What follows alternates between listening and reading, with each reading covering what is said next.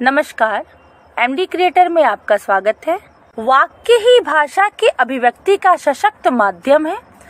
यह भावों और विचारों को व्यक्त करने का एकमात्र साधन है।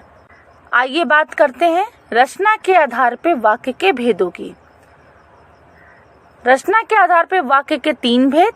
पहला है सरल वाक्य, दूसरा है संयुक्त वाक्य, तीसरा है मिश्र वाक्य। पहला, सरल वाक्य। सरल वाक्य में एक उद्देश्य और एक विधेय होता है। ऐसे वाक्य में कर्ता और क्रिया अवश्य होती है, जैसे बच्चा खेलता है, वर्षा हो रही है, लड़के मैदान में गेंद से खेल रहे हैं इत्यादि। सभी वाक्य सरल या साधारण वाक्य हैं क्योंकि इसमें एक ही मुख्य क्रिया है।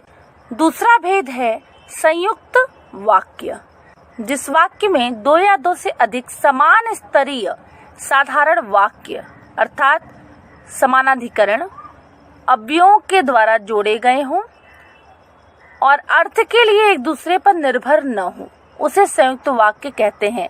अर्थात संयुक्त वाक्य में 2 वाक्य होते हैं जिनका जुड़ाव समुच्चय बोधक होता है। जैसे वह आया था किंतु उसने कुछ कहा नहीं था, वे बीमार हैं अतः आने में असमर्थ हैं, बिजली गई और छुट्टी हुई, मंदिर में पूजा की और लंगर खाया।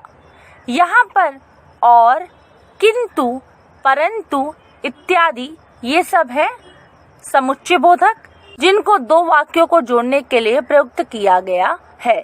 ये दोनों वाक्य ही अपने में स्वतंत्र वाक्य हैं। जैसे अभी मैंने बताया कि मंदिर में पूजा की और लंगर खाया।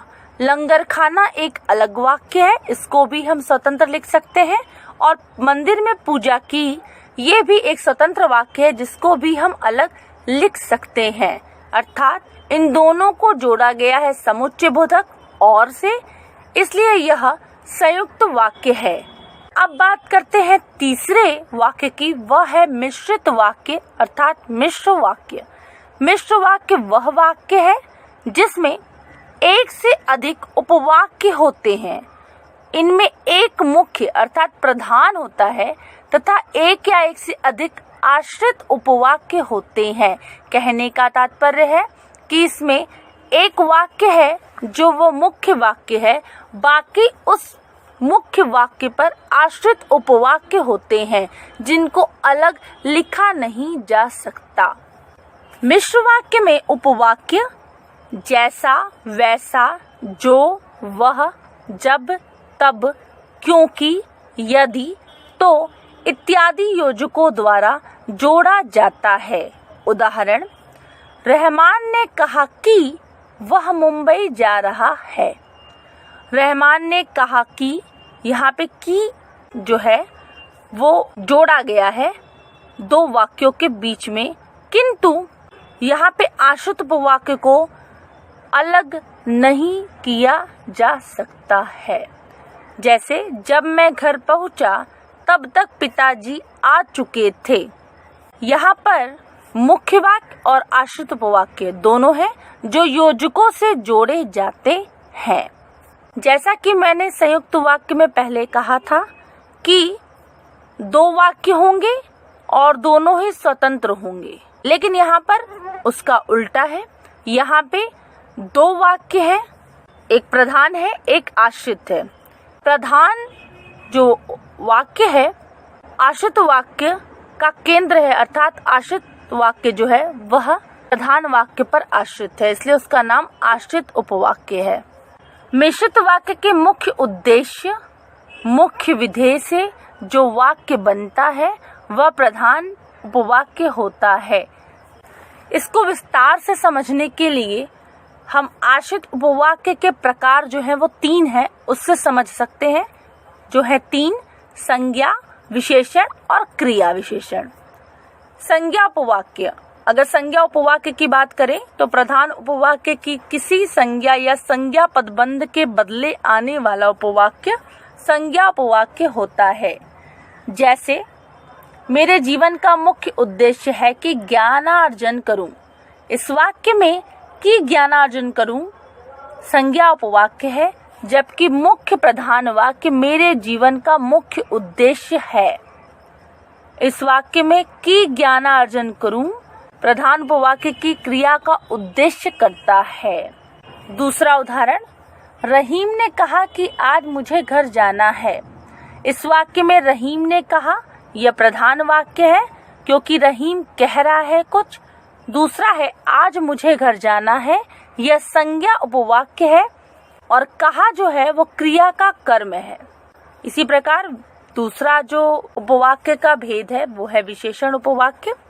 इसमें है कि आश्रित उपवाक्य अपने मुख्य वाक्य की किसी संज्ञा सर्वनाम या संज्ञा पदबंध की विशेषता बतलाता है, उसे विशेषण उपवाक्य कहते हैं। जैसे तुम जैसा कलम अपने लिए लाए हो वैसा ही हमारे लिए खरीद लो। यहाँ पर जैसा के बाद आने वाले उपवाक्य दूसरे वाक्य में प्रयुक्त संज्ञा सर्वनाम की विशेषता बतला रहे हैं, अतः यह विशेषण उपवाक्य है। तीसरा है क्रिया विशेषण उपवाक्य। जो उपवाक्य मुख्य उपवाक्य की क्रियापद की काल, स्थान, रीति, कारण आदि की विशेषता बतलाते हैं उन्हें क्रिया विशेषण उपवाक्य कहते हैं। जब भी मुझे आवश्यकता हुई मित्र ने मेरी सहायता की। यहाँ पर जब भी मुझे आवश्यकता हुई यह क्रिया विशेषण उपवाक्य है। ये जो 3 उपवाक्य हैं आश्रित उपवाक्य के, मैं बता दूं कि छोटे छोटे वाक्यों से मिलकर एक पूर्ण वाक्य बनता है, उसे उपवाक्य कहते हैं।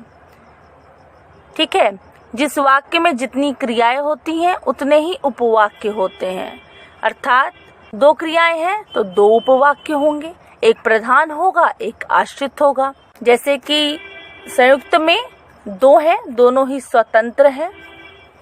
मिश्रित में 2 हैं, एक प्रधान है एक आश्रित है। तो छोटे छोटे वाक्यों से मिलकर एक पूर्ण वाक्य बनता है, उसे उपवाक्य कहते हैं। जिस वाक्य में जितनी क्रियाएं हैं उतनी ही उपवाक्य होते हैं, ये पहले भी बताया गया है। तो इस प्रकार हमने देखा रचना की दृष्टि से 3 भेद हमने देखे, सरल, संयुक्त और मिश्र। उसी के साथ हमने देखा उपवाक्य जो कि 3 है, एक स्वतंत्र, एक प्रधान और एक आश्रित। स्वतंत्र उपवाक्य वे हैं जो संयुक्त में प्रयोग होते हैं, जो दोनों वाक्य स्वतंत्र हैं, अलग अलग प्रयोग किए जा सकते हैं। और 2 जो उपवाक्य हैं प्रधान और आश्रित, वो हमने देखे मिश्र वाक्य में। आश्रित उपवाक्य अपने नाम से ही सिद्ध होता है कि वह प्रधान उपवाक्य पे आश्रित होता है, उसके बिना वह स्वतंत्र प्रयोग नहीं किया जा सकता। इसी के साथ हमारा वाक्य और वाक्य भेद का विषय यहीं समाप्त होता है। मैं नए विषय के साथ आपसे फिर मिलूंगी। मेरे YouTube चैनल MD क्रिएटर को लाइक और सब्सक्राइब करना बिल्कुल न भूलें। धन्यवाद।